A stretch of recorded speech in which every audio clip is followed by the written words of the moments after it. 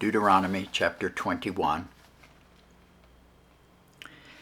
If one be found slain in the land which the Lord thy God giveth thee to possess it, lying in the field, and it be not known who hath slain him, then thy elders and thy judges shall come forth, and they shall measure unto the cities which are round about him that is slain. And it shall be that the city which is next unto the slain man, even the elders of that city, shall take an heifer, which hath not been wrought with, and which hath not drawn in the yoke.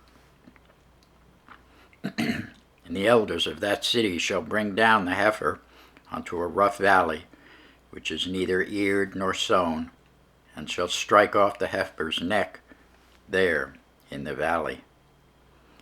And the priests, the son of Levi, shall come near, for them the Lord thy God hath chosen to minister unto him, and to bless in the name of the Lord. And by their word shall every controversy and every stroke be tried. And all the elders of that city that are next unto the slain man shall wash their hands over the heifer that is beheaded in the valley. They shall answer and say, Our hands have not shed this blood, neither have our eyes seen it.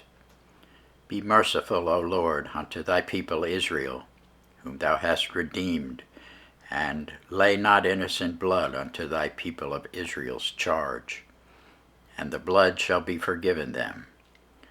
So shalt thou put away the guilt of innocent blood from among you, when thou shalt do that which is right in the sight of the Lord.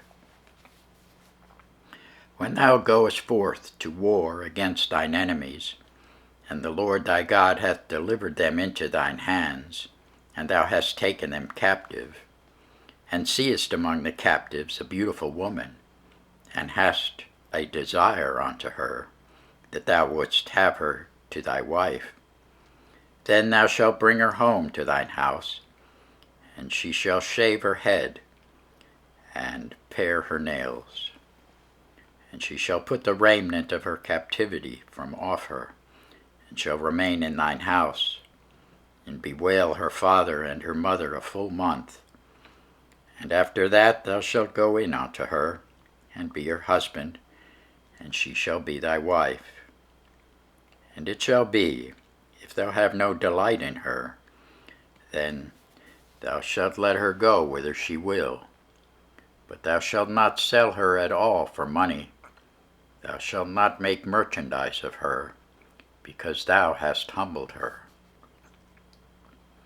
If a man have two wives, one beloved and another hated, and they have borne him children, both the beloved and the hated, and if the firstborn son be hers that was hated, then it shall be, when he maketh his sons to inherit that which he hath, that he may not make the son of the beloved firstborn before the son of the hated, which is indeed the firstborn. But he shall acknowledge the son of the hated for the firstborn, by giving him a double portion of all that he hath. For he is the beginning of his strength, the right of the firstborn is his. If a man have a stubborn and rebellious son, which will not obey the voice of his father, or the voice of his mother, and that when they have chastened him he will not hearken unto them, then shall his father and his mother lay hold on him, and bring him out unto the elders of his city, and unto the gate of his place.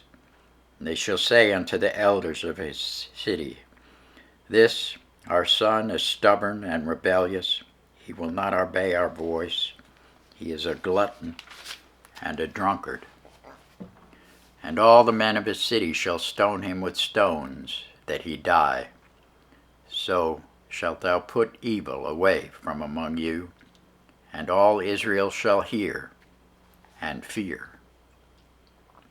And if a man have committed a sin worthy of death, and he be to be put to death, and thou hang him on a tree, his body shall not remain all night upon the tree, but thou shalt in any wise bury him that day. For he that is hanged is accursed of God, that thy land be not defiled, which the Lord thy God giveth thee for an inheritance. Thanks be to God for his word.